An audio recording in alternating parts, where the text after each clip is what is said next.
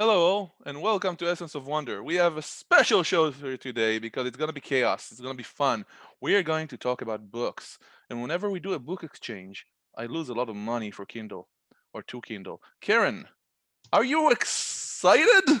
I am excited, and I'm especially excited that we does not mean the same we it usually means, which is just the two of us. But today we've invited the entire crew and cast of people who help make Essence of Wonder every week to come share their books also. Surprisingly, they're nerds too, and interesting people that we can't wait to introduce you to. So let's just get started. I would ask everybody to just join in and let the chaos commence. As you turn on your video, we will introduce you. Carl, I see Carl first. Hi. We've got Carl Hertz over here. Nice to meet everyone. Wait, no, I know all of you. I would just like to say you're very sexy. What? Gotti, you brought Carl into my life by saying, hurry, you need to hop on the Zoom call and drink with this person. Tell us about how you know Carl. Daria said, hurry up, you need to jump on this Zoom and meet this person. Oh, Carl, this happens to you a lot, doesn't it? Well, Daria dragging me into things, yes. So, as all of you know, unfortunately, Daria is not on the screen with us here today, but Daria is really good at dragging people around. So what we ask our guests to usually do, does everybody have their drink nearby? I might have to go get tequila, though. No, I don't. Tequila, it makes me happy. Okay, so let's introduce more people. Karen, who do you want to introduce next? Let's go to Ian Stockdale. Ian is a huge driving force behind the scenes in actually all of us are, but in guiding our content. Who knew? He's also sexy. He's also shy, so. He's also shy, and I'm trolling him a little bit. Yes, Ian. Ian is the guiding force behind whatever we choose to do and to stop me from making mistakes such as inviting people that we shouldn't invite. Neve the troll. I'm not a troll at all. I'm just slightly mean to you, and you usually deserve it. Usually. Neve. Weird Usually. Irish name, girl. Come on now. Because I am the token. So person how who's do we on pronounce Neve? Neve, like leave, but with an N. Like you just did. So we're not going to do the mispronounce your name a lot? No.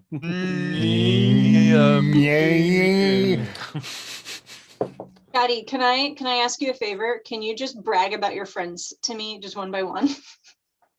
Because these people are super cool. Okay, so let's do this. We have Alan. Alan, I first met at Worldcon 76 in San Jose. I was helping to run the masquerade, and the judges needed to get the pictures so they can be reminded of what's going on on stage and who they just judged. And I was like, how do we do this in a way that's effective? And I was thinking WhatsApp. But getting a lot of people who are not so used to technology to use WhatsApp is very hard. And then Alan comes along and says, Gotti, leave it to me, it will be done. I'm like, okay. I come back 20 minutes later, everybody's on WhatsApp looking at pictures. And I'm like, what the hell just happened? So that's how I met Alan. And since So a modern wizard. Yep, I just took the phones out of people's hands and installed the WhatsApp app and was like, here, pictures. And he's taking care of everything technical for us, and also is major support for me whenever I get upset. How he has the energy for it, I don't know, but whatever. Then we have Dragos. Dragos I've known now for, I don't know, 20 years, 25 years, whatever. 5 minutes. And 5 minutes. And he's constantly inviting me to speak at his conference, and something always happens, and I don't show up at his conference. Yeah, you keep ditching. I keep ditching you. I'm like so flaky. But I What is his always make conference? sure. His conference is ConSec West, one of the best security conferences in the world. And he has others as well all over the world. But the thing is, I always make sure to bring a good replacement. So he likes me. You did come through. I usually do. And he also has a lot of Always do. lightsabers. But we're Then supposed we to have be Karen. buzzing. Excuse me, not talking about you anymore. Then we have Karen. So Karen I was at Y Combinator, which is the, I guess, startup accelerator. I don't know if it still is, but 5 years ago it was. And she was sitting down there in the corner working. And when I see someone sitting in the corner, I go and bug them. And it's just something I do, right? Neve, don't do that. And I went to talk to her, and we geeked out, and we discovered we were both geeks. And she was like, I'm too busy for you, but she didn't say it. She actually kept geeking out. And I still try to figure out to this day if she actually wanted to talk to me or was just nice. Never clear with Americans, sorry. But ever since then, we've become friends. And whenever I have an issue around leadership, management, technology, whatever it is, she is my go-to person. Ian. Nice also. Oh, I made her smile. No, but Ian has been just a friend. I've known him for a long time, but we actually met for the first time. Yes, I know Neve. And we met for the first time for pizza. We met for the first time for pizza near Dublin in the staff weekend for the Dublin 2019 WorldCon. And he was running all of programming. Neve was working for him. We'll talk about that later. And he was just so awesome in everything. He always has this calm atmosphere. He can take all my shit and he just doesn't even respond to it, but he knows how to still guide the conversation where it needs to go. It's a talent. I don't know where he gets it, but it's just a talent. Then we have Neve. Neem, right? And we, I think, met out of exhaustion. She was doing program ops and I was doing, I think, DDH logistics, but I was volunteering at ops and it was late night or something. And we're all just sitting down exhausted and hunting for chocolate. I think that was it, but I'm not really sure. And we kept running into each other throughout the con. You know, you have this person when you go to a convention and you keep running into them. You don't plan to hang together. Every time you walk into a lift, for some reason, they're beside you, an elevator. Yes, it was always in the elevator. Yes, it's this girl again. And the thing is, it's one of the evenings we actually we're just hanging, you know, we're like at this nearly post-con situation, we're all exhausted, all just hanging together, and then all of a sudden we had to go and fix backstage of a stage and volunteer for that, and that went really bad, and we can talk about it another time. But ever since then she's been a close friend and a true supporter of the show, and she gets everything we don't want to do done, which is amazing every single time. Next we have Carl. And yeah, already got me. Yeah. You're on mute. I'm old news. We don't. No, but the thing is, he's like 2020. He's on mute constantly. That must be really insulting for you. We just pretend it didn't exist. Come on. Ooh, shots fired. No, but Carl is someone I haven't known for a long time, and that usually means it will take a long time for us to get to be friends. Maybe it will, but he accepts me as if I'm his friend forever, and I reciprocate. No, it's true. It's true. And when I seek advice about where I go wrong on things, which happens quite often, and I look to understand the wider picture of things, I usually go to Carl for him to tell me your ethics are outmoded and outdated. So, for example, Alan would give me advice that is concrete, and he would just say, "You're outmoded and outdated. Let me tell you how it actually is." So I appreciate this person a lot. Then we have John, who I don't like at all. No, I'm kidding. John. True. John is someone I met also in Dublin, 2019, and he was in charge of Mimo, move in, move out, like carrying things all over the place. And this is the last person we're going to introduce, so we're going to move on to the fun part, right? But yes, right. Moving on. So I met John over there, and we had some issues behind the scenes. As long as the people attending the show don't know about them, that's perfect. But John just stepped in, and he just took it on. Didn't even ask permission. He did let us know he's doing it to see if we're paying attention. Yes, but he just stepped in, and he discovered we're not paying attention, and he was just awesome to work with. He got the job done, didn't complain, and at some point he even didn't need to see a reason to talk to me because he would just take care of everything.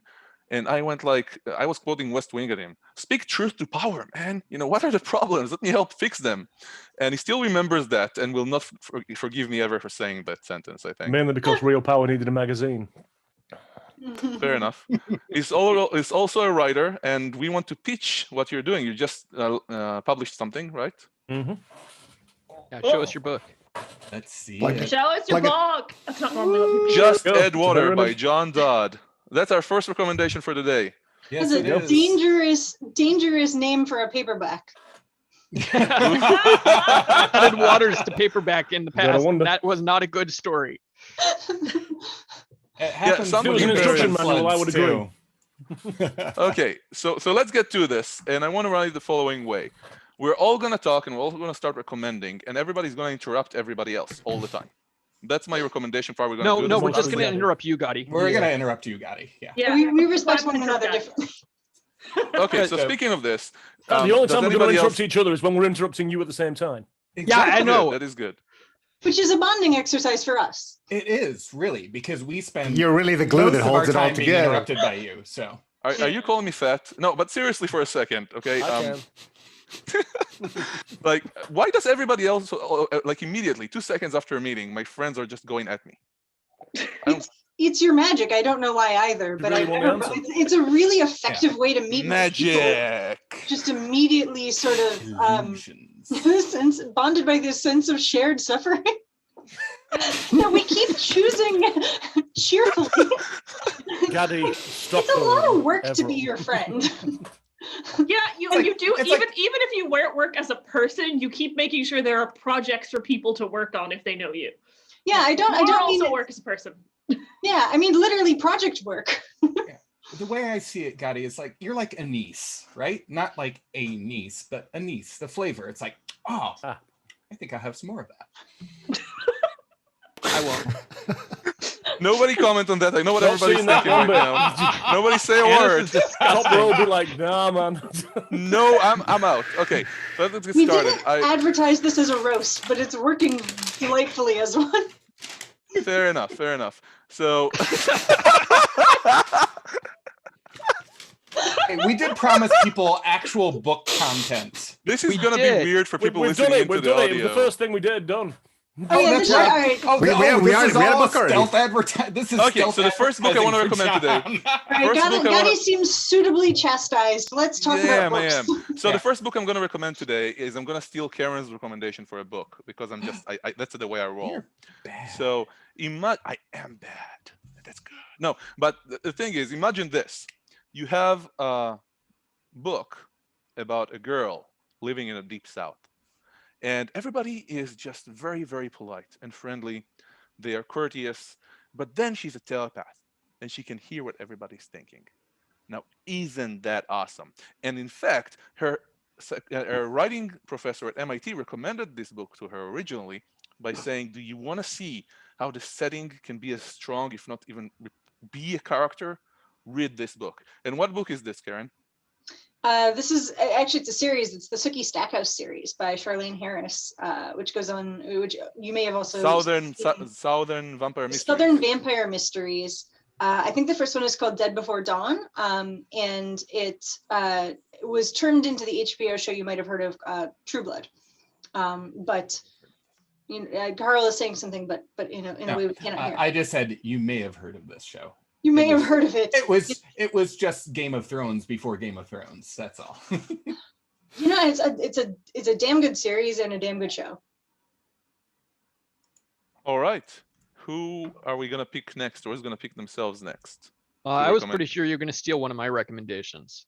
You've been posting about it on Facebook recently. So hurry, recommend it. Alan. Now's your chance, Alan. Quick. I know. Yeah. Many didn't know times he when steals. people give me a recommendation, I kind of ignore it, and then I get to it, and they're like, "No! Why don't you ever listen?" That's the Murderbot Diaries by Martha Wells, right. and that they're really great. Short stories, short novels, and just an excellent character. The Murderbot themselves being a AI entity it's unclear whether it's a cyborg whose brain has been scrubbed or if it's actually an organic computer throughout the series. But there's this neurodivergent personality that's just wanting to, not do any of the stuff that they're supposed to do and just watch videos all day. Soap operas, that's all they want to do. But no, they have to protect these humans and on this expedition or that expedition. And then it goes into this whole arc where they're trying to figure out the past of the Murderbot character. It's a great series. And there's this great interaction between the Murderbot and the Asphalt Research transport art. They've got a great interplay going throughout this in various places in the series as well. So What blew my So- mind highly about recommend it. and I'm still going for it, right? Sorry, Dragos, you started saying something? No, I was going to say, actually, you stole my thunder because every book that I'm going to recommend for this show has to do with AI. I have only AI books for you I today. will just share all that over your that. lip sync is once again off, just to screw with you, but you will never know if Okay. I'm actually telling you Yeah. the truth. Yeah, but that's Okay. perfect. It's actually true. No, but the Just Murder Book, confusing by going like, I just love the facial recognition square around him. So yeah. Always. Speaking of AI, Sorry, person of in case we interest, that didn't. was a cool show. But we're talking about books. So Murderbot, right? The thing is, it's kind of like a coming of age series, but about a robot with anxiety problems. That's the best way I've come to describe it. I'm going to jump in and continue the theme because this dovetails into one of the books that I wanted to recommend, which is The Alchemy of Stone by a Russian author, Ekaterina Cedia. I first heard about her because I like books about places. I like world building, and like if it's a sci-fi or alternate history of a city or something, I tend to like that. Like, you know, Neverwhere is a huge one from Gaiman. And she wrote a book called The Secret History of Moscow that got me hooked on her. It was, you know, and in fact, the blurb on the title is like from Neil Gaiman, basically saying it does for Moscow what Neverwhere did for London Underground, right?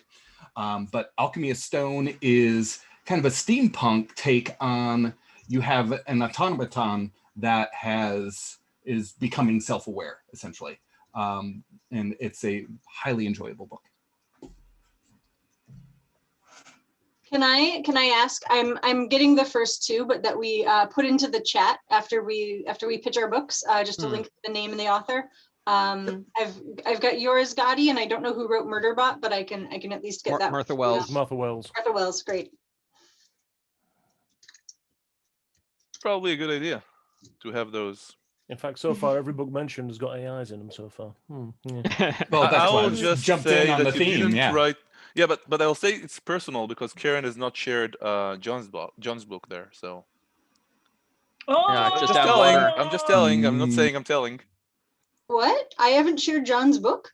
Nope. John, just add water. We should put a link Yes, to that as well. The one It's where Well, I personal. assume we'll It's got talk a rogue Of course, AI in it as Dragos well, is there so- with his webpage up, getting the links ready. What is Dragos showing us over there on the screen? Yeah, what's going on, Dragos? Is that I honestly intentional? can't tell, but Yes. that So looks that like is the book I'm Netrunner. actually going to rewind you guys back to.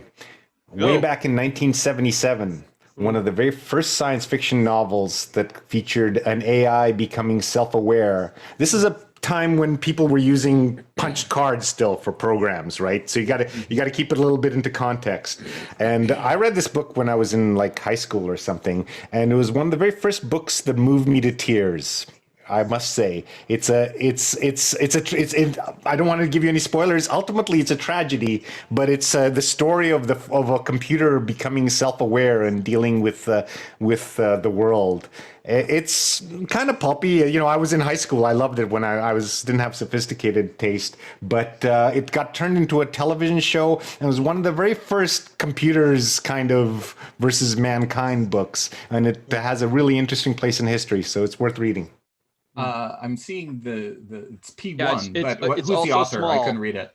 Yeah, who's the author? And I'm pasting it in the chat right now. Oops. Awesome. All right. Hit return right space. So keeping on the AI theme, this series, the Scythe, Neil Schusterman, it's Scythe, Thunderhead, and the Toll, has a world-spanning controlling AI that is one of the main characters, that is in charge of making sure that humanity doesn't destroy itself, and controlling everyone, because basically humanity discovered immortality, and so they've created this subclass of people called Scythes who kill people so that people actually have death. But there is also this overarching computer, I think they call it the Thunderhead, that is managing humanity for the benefit of humanity. And so keeping on that AI theme, really good series. Well, I'm going to break that completely then, because going straight off the AI theme and going somewhere else, Kings of the Wild by Nicholas Ames. Absolutely brilliant. It's a fantasy world, yeah, but the idea is that bands of adventurers are treated like rock bands. So when you're getting the band back together, you are literally getting the band back together. And it's the story of the band that was the Kings of the Wild were the greatest of the bands of adventurers. But then it's 20 years later, and they find they still have to go adventuring, except they're all my age, and going, do we really want to do this again? I mean, seriously, does anyone remember what we used to get up to? And it's lovely. And that book and the sequel, Bloody Rose, which is where one of the children gets into trouble, and then they have to go after, and it's told from the point of view of anyone who's got kids. There's that moment of looking at it going, that's exactly what they do. And that's exactly how I feel. And it was... That's exactly when wonderful. Neve decided to drink. Yeah. I don't have kids. I don't want kids right now, thank you very much, as a younger person. Nobody was speaking about kids, Neve, I'm just saying. Yeah. John was speaking about the experience of being a parent. Yeah, you just don't listen to people, Gaddy. It's true. I get that a lot. There is this, you see. But yeah, no, Nicholas Ames, anything he does, absolutely anything he does, it's I brilliant. love that idea so much. It is I'm spending so money good. right now. I don't like you guys anymore. Yeah. No, it is That's the point. Yeah, it is the point. It is the point. But Ian, you've been quiet. I suppose I have, but I've read a few books. A few. A few. Come on, Tom. I might have a couple in the place. I don't know. But, you have a couple in frame, Ian. Just a couple in frame. But this is one. This was published last year. Mm-hmm. Get the glare right. It's Comet Weather by Liz Williams. Yep. It's published by Newcon Press in the UK, and it's a fantasy set. Well, mainly in Somerset, but also London and a few other places. And it's about a comet coming, and there's 4 sisters who are very different, and are all and their mother, who you don't see as much, but they're all critical to the plot. And I don't want to give anything away, but it's a beautifully written book. I mean, it's one of the best novels I read last year, and I mean, anyone who is going to be nominating for the Hugo Awards might want to take a look at this one and see if they want to put it on their ballot. But I mean, I can't praise it. When you say it was one of the best books you read last year, how many books do you think you read last year? Oh, I think it was under 100. Under 100. I am so jealous. Can I I just want to highlight that's a real real claim. I will just tell you that I'm so jealous because one of the things what the pandemic has done has ruined my attention span, and I read 6 books last year. I think I read 2. And it destroyed me. That's like, I want to read this, and I like half a page, and I'm just like, wait, what did I just read? And it was maddening. It was a slog to read new things. And there were so many new books that I wanted to read. Part of which is because of this group and you people bringing me on and the wonderful authors that we've interviewed. And I bought a lot of books. My to-read pile is literally a pile at this point. I'll just say that book collecting or hoarding is a completely separate hobby from book reading. Totally separate. Well, I do both. They're correlated. Yeah, I do both. I will admit. That's easy for Mr. 100 books a year to say. For the rest of us, they're different. Yeah, one is a risk condition for the other. Yeah. So I will say that one of the books that I did finish that I love that I learned about from this show, Memory Called Empire. Yep. This was up for Best Novel, and it won. And it won Best Novel. And it was. I read it before the announcement. We had a little fun time of doing shows, interviewing the nominees last year, and just listening to her talk about this book, I was like, I know I'm gonna love this book, and I was not disappointed. Well, riffing off that one, Sarah Gailey, one of the people that we had on the show at that time, also wrote several books about hippopotami in the South. And if I could recommend any of those, River of Teeth is absolutely spectacular. In the Mississippi. That's the one. And it's just, someone had the idea of releasing wild hippopotami. It's like, really? And you look at it and go... It actually was, I believe, something that almost happened in actual history, but didn't. And there's the thing. So the wonderful, wonderful concept, and then played absolutely straight, but so full of life. Absolutely wonderful. Couldn't recommend that enough. Absolutely great. All right, so And I'll give riffing- Neve a warning. Sorry, go ahead, Ian. Oh, I see. Riffing again on that theme. This is Ring Shout by P. Jelly Clark, who was on our novella show. And Jelly was so electric. What a wonderful person. And this is another one of the best books that I read last year. It's the best novella that I read, and it's set in the South. It's set during Jim Crow. It's set when Birth of a Nation was coming out and was very popular. It's not quite our version of the U.S. It's a bit Lovecraftian, and there really are monsters of different types. Some are the monsters we have in the real world, and some are other types of monsters. And it is also Hugo eligible for this year. I have to say, like, I have to second this. After PJ Clark came on our show for the Hugo panels this past year, I just read everything he wrote. Like I'd read his nominated story for the last year and just devoured everything he's written, and I'm like eagerly waiting for more.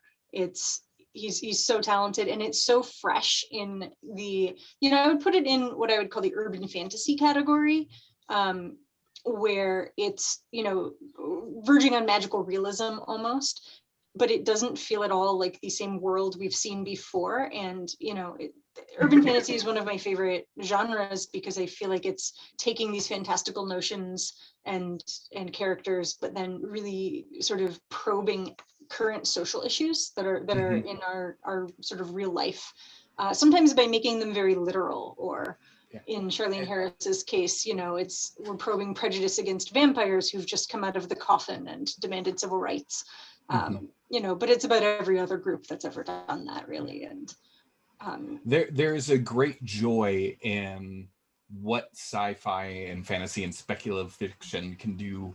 And again, it's one of the reasons why I like books that are not just about people, but places, because it lets them play with that. Okay, what are the issues that we're dealing with and not dealing with? And let's play it out, right? In a fantasy thought experiment, almost in a way, that allows you to talk about things in ways that aren't necessarily comfortable all the time, but putting it in that fantasy realm makes it easier, and also in some ways just more concrete as well, because it's like, okay, I understand a monster or a weapon or whatever, and when you're using that as a metaphor, you're like, oh, okay, I get it. I understand the issue now. Speaking of urban fantasy, and by the way, this is a warning for Neve, Dragos, and Alan to prepare themselves because they've been quiet. So urban fantasy, I've read a lot of. You are prepared. I've read a lot of urban fantasy in my life. And one of the, I don't think it's necessarily less known, but it's certainly not as famous as it should be, is the Joe Pitt case books, I believe it's called, by Charlie Huston. I believe I'm pronouncing the name right. And everybody's talking about dark fantasy and darker books, but the thing is, I don't see most of them as dark. I see most of them as adding elements that are supposed to scare me or rattle me. And before that became kind of a thing, these books are dark. It's the usual gumshoe detective character. It's the usual darker city thingy when still trying to find hope in the darker world, but it's actually dark. And it's a portrayal of vampire life that I just hadn't encountered anywhere else. So I recommend these books highly. And we'll go to Neve. I'm underprepared for this show. I feel like I'm the least well read, and most of what I read about 10 years ago, which is a long time ago when you're in your 20s. Neve, all I read is lit RPG that doesn't even have spell checking. You can do better than tell us you haven't read this year, because I know you have. I barely read this year. The book I'm currently reading is a book that I'm sure a lot of us have read, but a lot of us haven't read, which is, I'm reading The Last Witch, which is the first Witcher book. It's a book of short stories. I absolutely hate adaptation covers, but this was the only one that was in stock, so I have to have at least at least he's good looking. At least they're all good looking, but which I am enjoying it a lot. I'm really enjoying the how familiarly unfamiliar the world is, because I don't personally know a lot about the folklore that's actually based on, but occasionally parts of folklore I'm more familiar with than even the author, probably, because little bits of Irish things in there. I'm just going to be token Irish person, be like, I like it when Ireland exists. Yeah, so fair enough. To keep myself reading, one of the things I do each year is I pay attention to what the Philip K. Dick Awards have as finalists. I'm going to put a link to their website in the chat. And so this time of year is between when the finalists have been announced and when the awards happen at our convention, or WestCon, on Easter. And so I usually have been reading them. I've read 2 of them so far, and there's 6 of them. And one of them is actually Failed State by Christopher Brown, who was on the show earlier this year. I haven't read that one yet, but it's on my list to read. But the 2 that I have read, one was called A Road Out of Winter by Alison Stein. And that one deals with the daughter of a weed grower escaping from a town in Appalachia to try and survive an eternal winter, and driving through various different setbacks throughout the mountains, trying to get south. Everyone's trying to get to Mexico because, it's warmer there. But this is a situation where the world has been basically in winter for 2 years and society is breaking down. The other one that hits way too close to home, man. I'm just saying right now that hits way too close to home. Yeah. The other one is called The Doors of Eden by Adrian Tchaikovsky. That's the other one that I've read. And that one is a parallel Earths book, where the parallel Earths all developed intelligence at a different point in the history of the development of species. There's another Adrian Tchaikovsky book. Can't go wrong with Adrian. Yeah. Good stuff. And this one's great because you get everything from super intelligent giant trilobites that travel in space to Neanderthal cousins that are secret agents on our Earth, and everything in between. Dinosaurs, are there any super spiders in it? intelligent rodents. There is not really a spider race that gained super intelligence. You gotta wonder if it's Adrian, then, haven't you? Some of the timelines get intelligence, but then they either have a catastrophic, species-ending event, or whatever. Because they all follow the timeline of Earth. It's whether the adaptations of that species allowed them to continue through, the various difficult times. So, urban fantasy. I never know how popular authors are based on just how prolific they are or not. Are you all familiar with Charles DeLint and the Newford series of books? Okay, because what's the series? Newford. His books that take place in the fictional city of Newford. It's Pacific Northwest. He writes about Native American mythology. So there are animal people, which the natives call, the first people, essentially. They're shapeshifters. So Raven and Coyote and the Crow Girls, stuff like that. It starts with Dreams Underfoot is the first book in the series. My personal favorite is probably one called Someplace to Be Flying, which is book 4, 5, 6. It's one of those ones where he's written probably 20 books in this setting. But yeah, highly recommend Charles DeLint, especially if you want to explore a little bit of Native American mythology, specifically Pacific Northwest.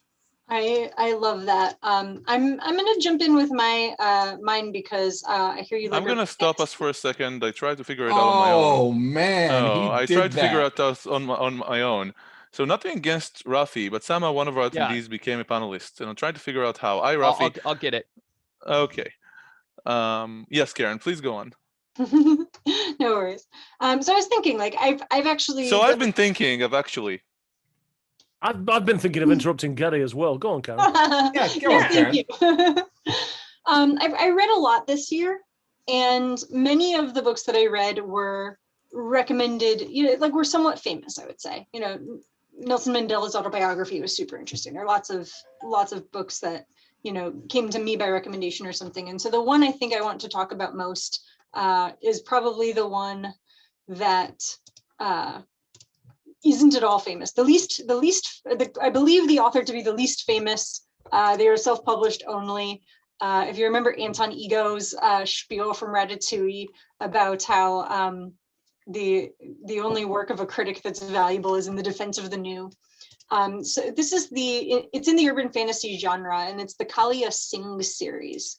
The first book is called Bounty, and the main character is a type of supernatural I've not read much about before. I guess it would be a subset of a shapeshifter, but she's a Nagini, which you might remember from Harry Potter as this sort of Indian character who the Nagini is actually an Indian myth, but a woman who turns into a snake. And so she's the main character. She is, I would say, an actually like nearly off-puttingly strong female character. You wonder for the entire first book why she's so angry. And in book 2, it just opens up into this whole world of, oh my God, no wonder this person I'm angrier than she is about all of this. Like, it's not irrational and it's not poor writing. You suddenly start to think she's holding it together incredibly well and being very effective. But it is a world where poaching is an actual threat, which you would think, with this rare creature, that the species has sort of been hunted for their body parts because they actually do have true, real magic powers. And so it has, and they're, nevertheless, they're covered by an endangered species law by the supernatural community, which does exactly as much as it does today to protect people from poaching. But I really don't want to give away what unlocks this in book 2 into one of the coolest things I've read in a long time. But it feels incredibly fresh. The way it delves Indian mythology. I'm learning a lot about Indian mythology and seeing it sort of brought into this story, which is also just really fun. But this author, just to say a little bit about Kristen Benet, like, she's not particularly famous. She's only self-published. But she has a really rabid fan community that she's very good at managing on Facebook. She publishes at such a breakneck pace that I suspect she's a collective. If she weren't so active on Facebook, it's like every 2 to 3 months you'll get the next book in a series, and she's doing this for at least 2 series at once. So when she says there will be 12 books, I'm like, okay, you've written 4, and the last time I looked there were 2. And I will say that the Blood Heir by Alana Andrews came out the same week as the next book of this series. And I posted to her and said, I read both of these. I was looking forward to both of these. The Alana Andrews book was like number 5 in the New York Times bestseller as a self-published book. And I was like, I think I enjoyed this one more. I just want to say, if I could have gotten only one of the 2 this week, I would have gotten this one. And everyone in the community was like, me too. And she was like, not me. I was looking forward to Blood Heir more because I wrote this one. That's my pitch for this. It's fantastic. So speaking of Indian mythology, I've got Aru Shah and the End of Time here. There are 3 books in the Aru Shah series by Roshani Chokshi. And this is one of the books that is in the Rick Riordan imprint at Hyperion. And he's done a great job of taking his influence from the books he wrote and paying it forward by publishing people taking mythology and putting it into young adult books that deal with their own cultures. And so this is the case where there's a girl whose mom runs a museum in Boston, and she accidentally sets off something that's going to destroy the world, and she has to figure out how to solve it. and it deals with traveling through a lot of Indian mythology as well, and dealing with Indian mythological monsters and creatures and gods. Cool. So I think the Dragos has been quiet for a while, and he said he has a lot for us. Ooh, wow, he's ready. Oh. He's already with the. Look at that. Always what with are we the looking pictures. Dragos, Dragos, you're on muted. mute. I think he's talking and doesn't know it. Yeah, he's muted. Hold on a second. I'm going to tease you with that. First, I'm going to show that one after I share this one. So we're going to talk about AIs. This is my Kindle here. So what is that? What are you doing?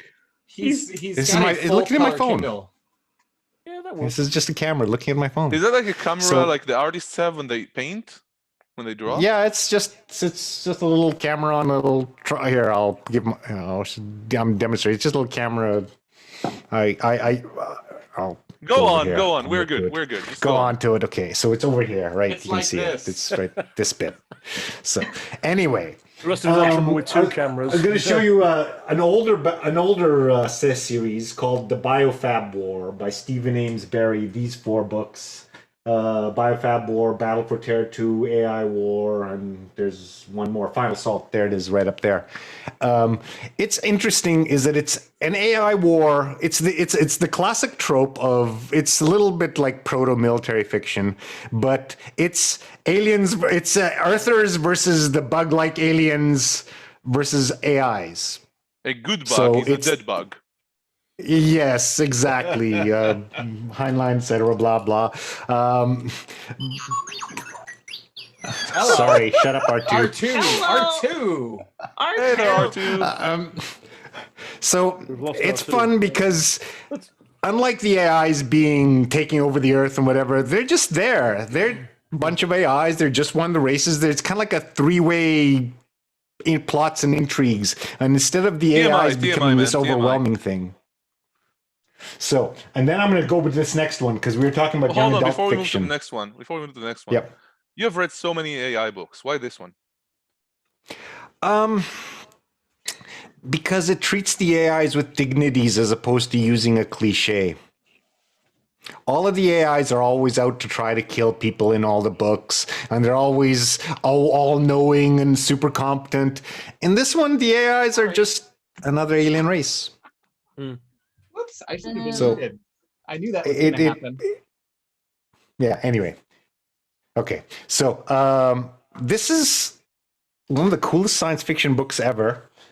And it's not quite exactly what you'd expect because it's a graphic novel, but it's about the protagonist is a little girl and she's super competent. So I actually buy this for lots of little kids as an introduction to science fiction because it's got just amazingly positive role models. This girl is competent and, she's surrounded by somewhat incompetent aliens, goes through a whole bunch of silly adventures, but it's got it just breaks a lot of the gender stereotypes that we normally see in these kids' fiction. And it really pushes forward this image that girls can be competent, and it's actually a wonderfully endearing story. So it actually it has 3 novels. So let's punch up. So it's Zeta the Space Girl, and where's the other ones? Sorry, in here, mess. There's 3 of them. Wait, They what was come the out. name You of can this get book? them in a bound graphic novel. Dragus. But What is the name of the Yep. book? I got it. Zeta the Space Girl. And you actually said something that kind of really interested me. You start kids in science fiction with this book, as in this is the first one's free bit? Mm-hmm. Yep. It's I buy this book for kids to get them interested in science fiction. What Oh, age? amazing.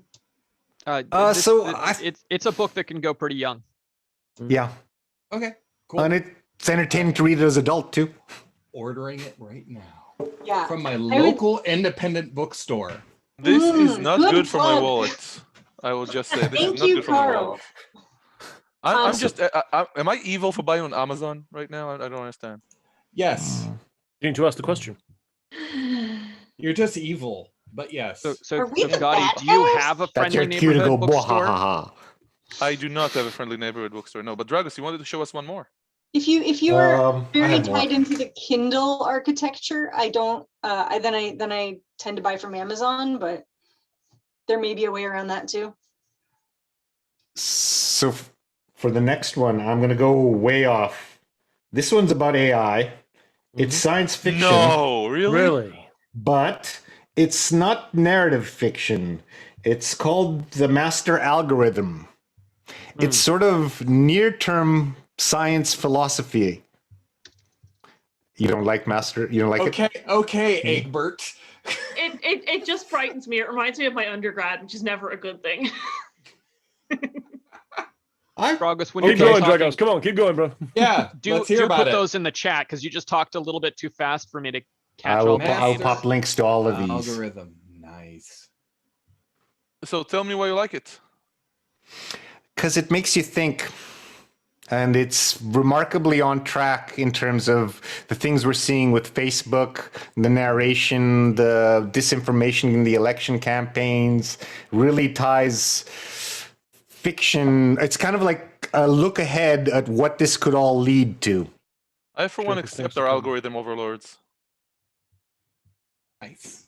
Yeah, we're still the resistance. So there must have been something in the book that really grabbed you for you to actually make a non-fiction recommendation. So this is one of two books like this that I brought, but and I'll save the other one for later. It's fiction, but not narrative fiction, and it's about AI, and it's science fiction, and it makes you really think about where we're going to be in 5 years, not 30 years. The near future. Near future, Gibson. So okay, I'm gonna not the Gibson. We're gonna hack the Gibson. What a horrible movie. Anyway, I am a programmer because of that movie. So many people I know were talking about Hackers, the movie, which is so I'm a little older, and when I finally watched that movie, which was last year, because I'm part of the hacking community, but I'm older. And I finally, because everyone quotes that movie all the time in the hacker community. I sat down and watched it and did a live stream of watching it and threw it up on a Plex server. So a whole bunch of us could watch it at the same time. And it is truly a terrible film. But I can get how 15 to 25-year-olds, when it came out. When you hack, do you remember to check the garbage file? I mean, seriously. It's too much machine for you. It's too much machine for you. Before we continue with books, we need to defend this movie at least a little. What? No, we don't. I do sword fighting, and I used to like Highlander. This is a show on books. We'll do a show on films later. How about that? Or bed that sounds films. reasonable. So anyway, I have one sentence about this book, which is that if you don't know anything about computers or programming, and you've never done any of these things, this movie manages to abstract it all so whimsically that it all looks like a lot of fun and makes very metaphorical sense to what it's all about. This movie is why the people working with me hate me. They hate me because I keep saying, look, imagine being in the Gibson, and this is our UI. People hate me for this movie. That's sort of how I feel about how Adrian Tchaikovsky is treating math in The Doors of Eden, because the math is all hand wavy. They talk about bringing tech and the algorithm and all of this, and it's like, there's no concrete stuff there. Truly, I never would have taken a programming class, except I was like, oh my God, I want to do that. Took the first programming class. At first was like, well, this was a bait and switch. 2 days later, not really, and kept learning. So Ralph in the chat. I admit it's a gateway drug, that movie, for a lot of people. And for that reason, it's an important film. It's a terrible movie, right? So I'll concede you take that back. Okay, I will not, and I'm going to go on to a series of books, because this is one of the things that we actually talked about when we were talking about the show, are like, what is your universe that you love going back to and stuff? And I am going to kick this off by saying Ian Banks' Culture series. No, boo. Oh, I'm disrespecting you right now. Pie hole. Shut your pie hole. Come on, no. So Ian Banks, I'm taking offense culture. at that, just so you know. Why are you taking offense at the culture series, or are you taking offense at the movie still? No, it's why not both? It's not the Why series. not It's just both? you, Carl. Don't worry about it. Hashtag, So the culture why not series, both? culture series is about a pangalactic humanoid slash. They don't even call them AIs. They're minds. They're so far beyond what we would consider AIs. Anarchistic utopian culture, essentially, which allows him.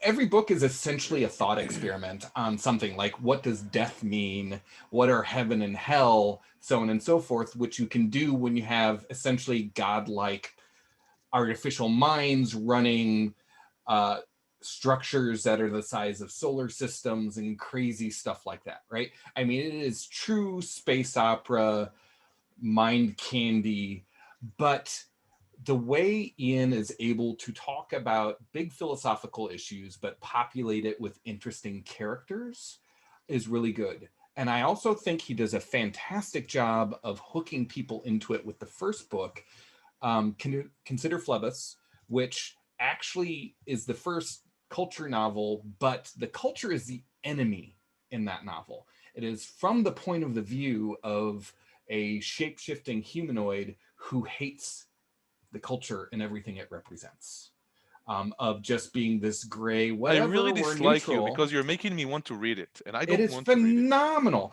But I will say my absolute favorite is Excision by Ian Banks, and it's what happens when the minds encounter something more powerful than them. Yeah. And it is brilliant. We wish to be known as the Accession. I also had on my list. Check my screen here. So I think you should get it, Gotti. Yeah, Accession is brilliant. Next, you're gonna say read the Malazan Book of the Fallen. Just no. Just stop it. No, read Accession. It is amazing.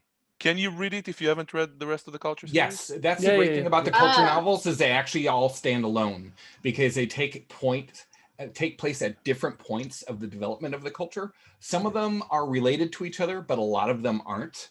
So it's you can read. You do not have to read Consider Phlebas first. It is a good introduction because again, you're seeing the culture from the outside.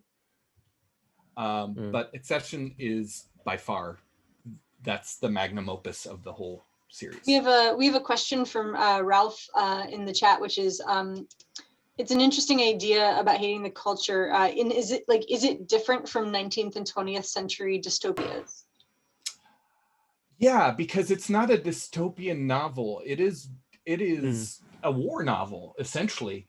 It's a war story where you're following some of the combatants on the site that's fighting the culture. Essentially, there is a non-human race that is, let's just call them religious zealots, that basically find the non-religious, anarchistic aspect of the culture anathema, right? And the culture must be destroyed. But in the end, the culture is just this amorphous blob that takes up the whole galaxy. I like that. It's an amorphous blob. And you have this I can agree species that is fighting against an amorphous blob, and obviously, amorphous blob. Spoiler alert! Again, they lose, right? So, pronoun alert. Really hard to fight jelly. John, Alan, you've been quiet. Neve, prepare another book. No, not at all. If we're looking at the actual worlds in which they're set, then for me, it's either The Sprawl by Gibson or it's this world. No question. Absolutely no question. There's nobody who got the whole idea of how things are and then put it into a fantasy novel the way Pratchett did. Yeah, let's no one. really pour one out for... Pratchett is... Just read Terry Pratchett. I'm not saying exactly. We can just summarize here and just say read Terry Pratchett. Nearly every role-playing game that I've ever GM'd has been somewhat based on Pratchett worlds.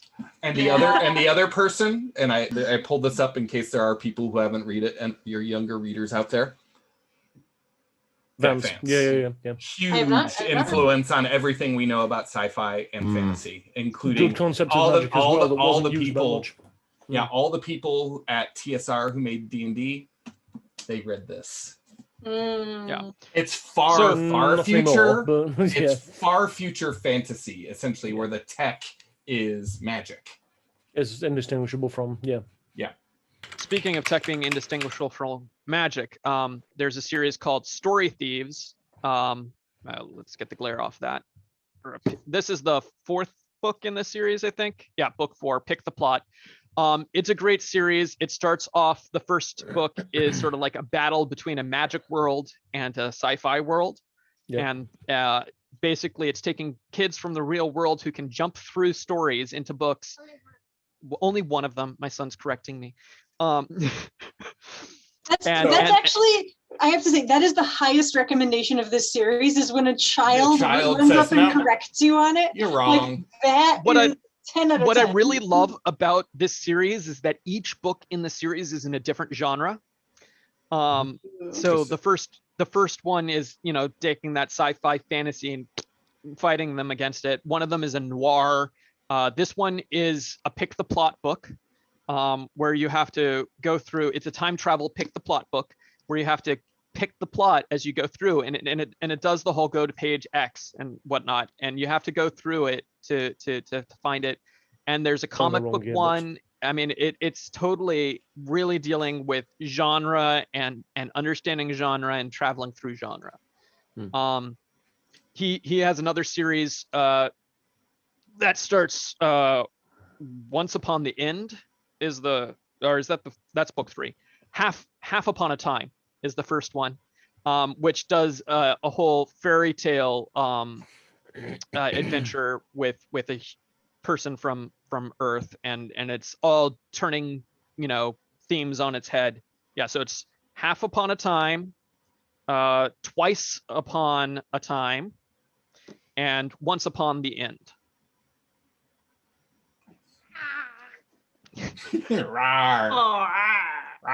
But those are all by James Riley, and he does really good job of world building and really setting those characters and making them really, really good for that middle grades, young adult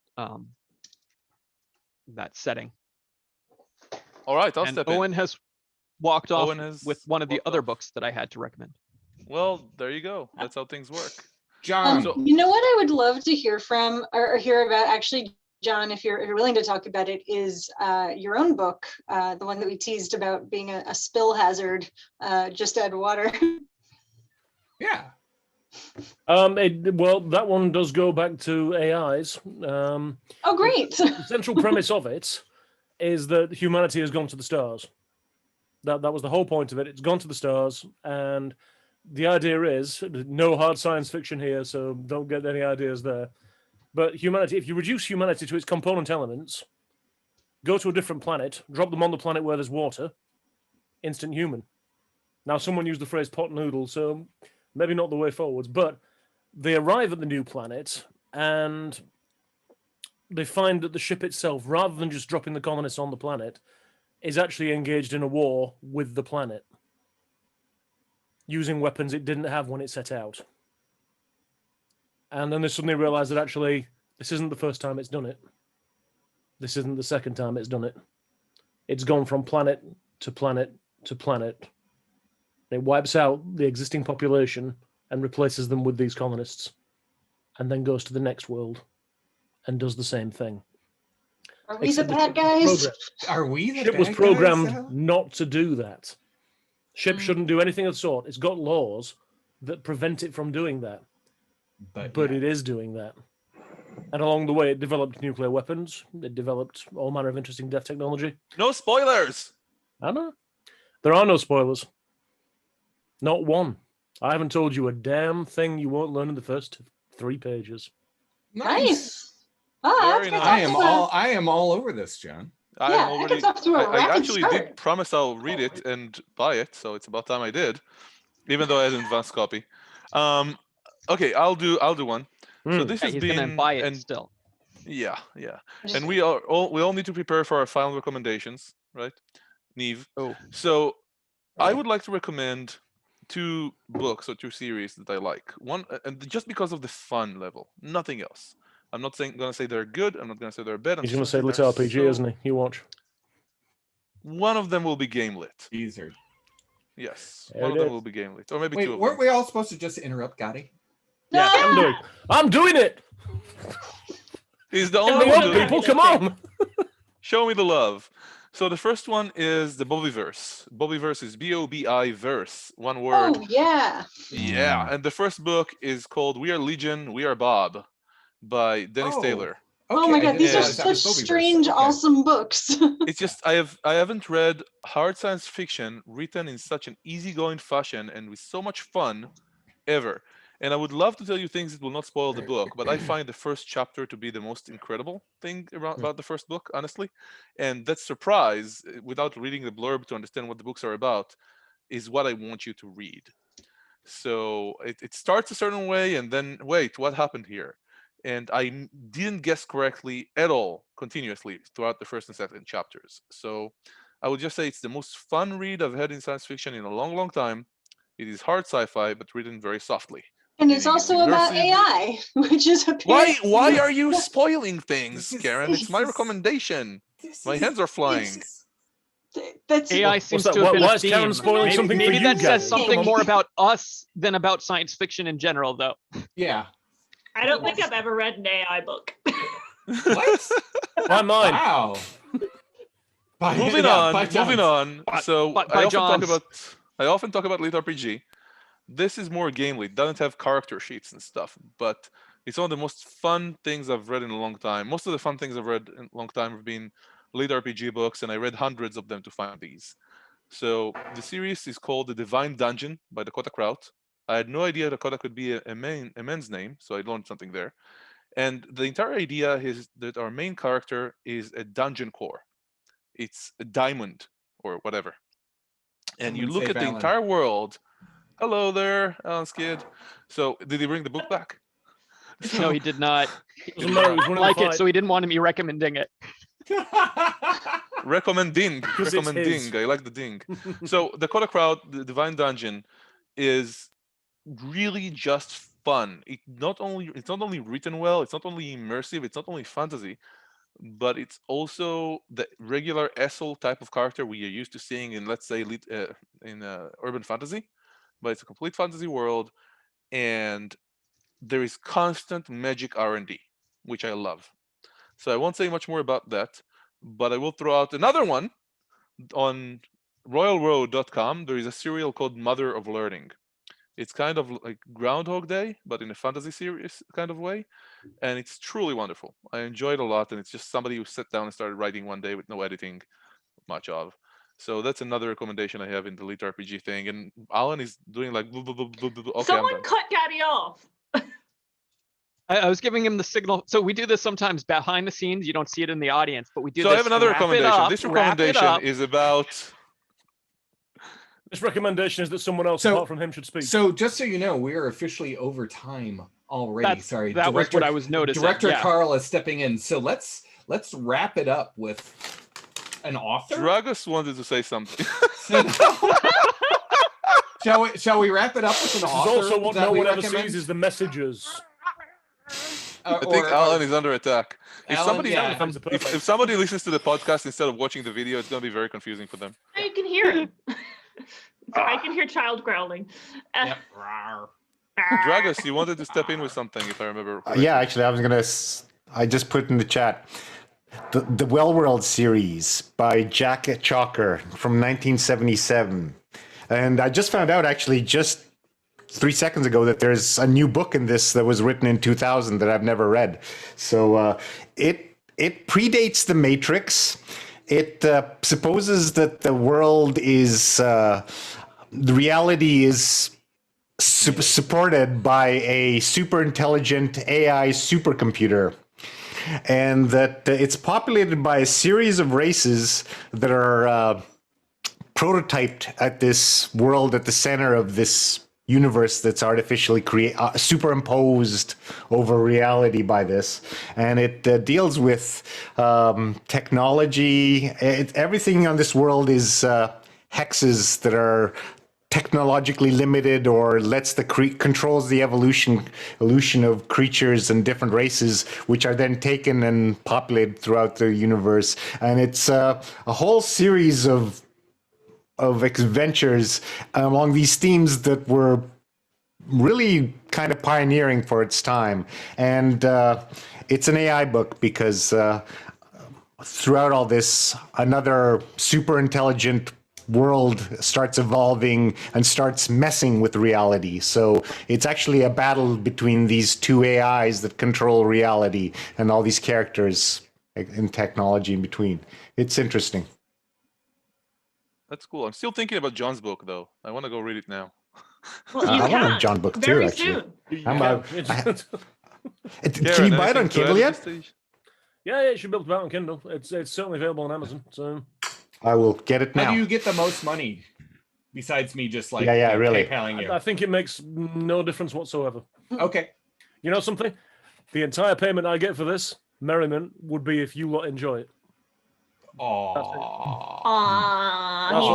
A true artiste. And then told him, like, don't be stingy with praise. Exactly. Yeah, okay, let's go one by one very, very quickly. Ian, start with Ian. He's been quiet. Yeah, he's been hiding. Okay. Ian. So very quickly, and this is not AI, this is not science fiction, and they are marginally fantasy. But there's two series I've been reading simultaneously, basically, and they're both set in the late 1920s, early 1930s.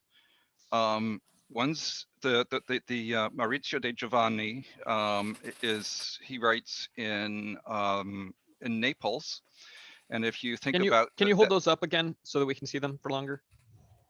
Yeah, so this is actually the second book in the series, I think. But this is set in Naples, and if you think about the period, you'll remember that this is after Mussolini has been running the country. And fascism. But Naples is a character, the city of Naples. So we were talking about setting. Oh, yes. He's really. I will just say it's difficult to find because I googled found blood it. curse I found it. I'm and on I it. found like dozens of series named blood curse out there. I know, I got it. I'll post it. Karen's got it. Karen's smart. Who's the author? Karen's smart. Maurizio De Giovanni. Thank you, Neve.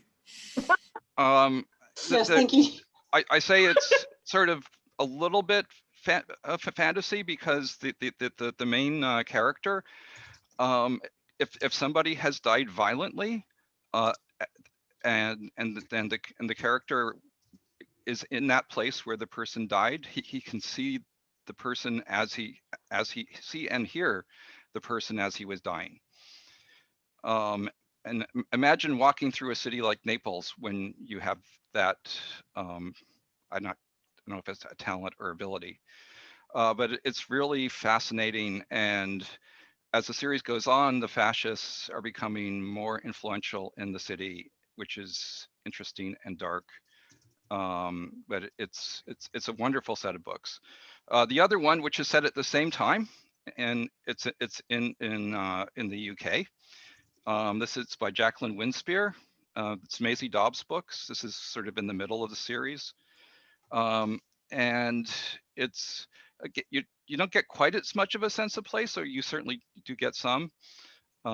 Maisie Dobbs has kind of a sixth sense. It's very, very subtle, and as you go on, the war approaches and the politics enters in, but the early books are basically pure mysteries. So that's brave, going for $9.99 on Amazon. And it's a long series worth too. It. Yeah, seems like it. I just bought it. So yeah, okay, who's next? I will never get through. Okay, well, I'm going to go through the tangent. So completely different to the other recommendations I've got. It's one that I backed on Kickstarter a short while ago because it was coming up as a picture book. This is called Weird Field World. Now, Alan's nodding, so he may know exactly what I'm on about here. But the idea was that at some point in the future, something started sending humanity plans for ships. Just new ships. All sorts of other different ships. All the different plans of them, the different ideas. And they weren't massive ships. They were one-person, two-person ships, but they could travel stupid amounts of distance. And as time went on, whoever was sending these plans for these ships was sending more and more details, different ships, different ideas. And then they encounter something out there, and it's not the ship's creators. It's the reason why they were sending the plans. It's a simple idea. Wow. And I can't say anything more than that because I'll give away the basics on it. And I'm not finding that one on Amazon either. It's not on Amazon. It's a Kickstarter. Yep, it's Rob Turpin is the person who wrote it. Yeah, I just posted the Kickstarter. Yep. Except Dragos, you keep just posting things to me and not everyone else. Oh, oops, crap. There we go. But I'll say it out loud now. But yeah, it's brilliant. It's a lovely idea. It's a good concept, and yeah, it's been one of those things that I thought, what the hell, you back Kickstarters anyway, but with this one, yeah, it was brilliant. Someone else. So to buy it, do I still go on Kickstarter now? I think he's got some copies left on that one. I think he's going to be doing another print run shortly. So, and if he wasn't, he bloody should. Because it's all right. Who's next? This is a family show, John. Exactly. All right, I will. I've been thinking lately about the curation of a physical bookcase. Because I visited a friend who had a physical bookshelf. A lot of my books are ebooks now, and I literally loved her bookcase so much I took a day off work just to sit there and keep pulling things off of it and reading them. And it was it was a fantastic day. And then I thought of my own, and I'm like, there's only a few books that I've gone out of my way in the last few years to make sure I had a physical copy and a beautiful one of them. Many of these books are famous and you'll know these, so I won't go too deeply into them, but The Hitchhiker's Guide to the Galaxy is one, knowing nods, no one's surprised by that.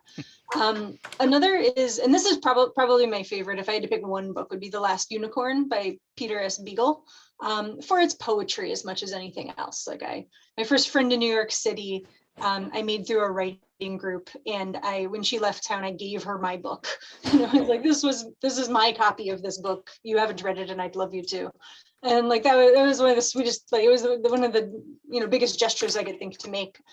The two others are the Innkeeper Chronicles by Alana Andrews. This is a trilogy of books about they have set up sort of, the innkeepers are like a UN of sorts of the supernatural world. And within your inn, you have almost like witch-like powers, but they're very specific to the building itself. And without being at the top of any hierarchy, the innkeepers nevertheless sort of keep the peace among all of these different species. Because if you piss them off too badly, you don't get to stay in the inns anymore. And that's where most of the important functions of government occur.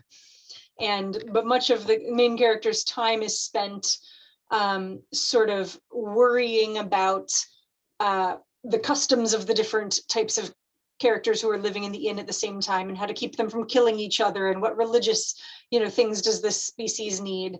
And so it's almost like this tolerance is the overriding virtue of the book, and I really love it. Alan pointed out there was a great illustrated version of this book that came out recently. It was of The Last Unicorn. Oh, amazing. I will ask you maybe for a link to that. There's also an illustrated version of the Innkeeper Chronicles, and that's the one I bought. And then the last one is Wild by Cheryl Strayed, which is not fantasy or anything. It is about a woman who, her name is a sentence. Cheryl Strayed. When she divorced her husband in a whirlwind of a bit of a life tornado, they asked her, well, do you want your maiden name or his name as your last name? And she's like, I choose Strayed. Cheryl Strayed. And she went and hiked the trail that's on the west coast of California. It's like a 3,000-mile trail. Knew nothing about hiking, but just was like, I'm going to just walk and walk and walk until I understand myself better. And she packed very poorly. About half of her backpack was poetry books. And she realized as she went, this was really inefficient. So she would tear out the pages she'd read and leave them in the stops. And it led to a summer of people following along and reading all this poetry. And now it's a tradition to hike this trail with poetry or bits of poetry. They made a movie about it. In short, it's beautiful. She's a beautiful writer, and they made a beautiful movie of it as well. So I'll post all of those. But That reminds me of Walkabout from Babylon 5. Only Great less beautiful. episode. Great episode of Babylon 5. Neve, your final recommendation. Just read Garth Nix's The Old Kingdom series. They're good. They're fun. I like them. I read exclusively TPET. Book recommendations by Hemingway. They're good. I like them. All of the main characters are female, which is good for YA. So. Yep. And they're different but related. Is that a Sabriel series? Yes. No, that is so the original. Porson Chronicles. Yeah, but it's called the Old Kingdom series. Is the series name? You know how it works with so fantasy. Many people it has a recommended series name, and then everyone knows the first book name, and most of them end in No, IREO. a lot of people recommended Sabriel, and while it's really famous, it always felt like it's kind of the Porson Chronicles. Yes, it kind of felt like it's under the like nobody really like. It's always recommended, but always by a whisper of sorts. So it's been interesting for me. Like, this is our secret, even though it's really well known. Yeah, I only know well-known books. I'm not under no rock hiding my knowledge. That's fine. Alan. I'm gonna go with Ken Liu, The Grace of Kings, Silk Punk. Interesting. It's set in a fantasy world that is based off of of China, and has the wars between the different regions and all of that. One of the things I really like is how he treats the gods, because when one culture comes in and changes the belief structure, the gods change. Nice. So it's really great, and all the technology is based in reality, in terms of using silk and electronics and stuff like that, to do some pretty awesome illusion and other such stuff, mirrors and all of that. Carl. I'm gonna once again kick back to some older stuff, and I'm also just gonna shamelessly plug Chicago and a Chicago author. Gene Wolfe is probably one of the most amazing sci-fi authors that most people haven't heard of, which is a crying shame. So I'm going to specifically recommend his most famous stuff, which is the Book of the New Sun. It's a tetralogy that is the first of a series of books in the Solar series that he started in 1980. And it follows a journeyman, not assassin, but executioner around, again, a far future Earth where the sun is dying. And I'm going to recommend them, not necessarily because of the world building or anything of that, but he is so amazing with his language. There are a few authors that really intrigue me with their language. And I will say that as popular as Gibson is, I don't think people give him the credit for the punk part of cyberpunk, of his efficiency of words. I like Gibson as a punk author more than a sci-fi author. With Wolfe, so if you're not familiar with him, one of the things that makes him very famous among authors is that he kind of came up with the idea of the unreliable narrator. So his books are narrated in first person, and you don't know if you can trust the narrator, which is an amazing way to write a story. It just makes it so human that you have this fallible first-person narrator who forgets things, and and just his way of words, he could be hard to find. He's already being forgotten, which is really kind of sad. Right now, he's most famous for the fact that he invented Pringles while he was working at Procter & Gamble. But one of the all-time great sci-fi authors that a lot of people haven't heard of. If you can't find the Book of the New Sun, the most recent publication is a collection of his short stories, The Best of Gene Wolfe. Even if you can't find the Book of the New Sun books, do yourself a favor and pick up this short story anthology. Just sublime writing. I like listening to Carl. I think it's the new microphone, but I'm entranced. Yeah. Unfortunately, I'm looking at this and I'm realizing, like, even on Amazon, it's like the only way to buy it is like a $50 hardcover. It is so No, hard I just to bought find it. his Did stuff. I buy the wrong thing?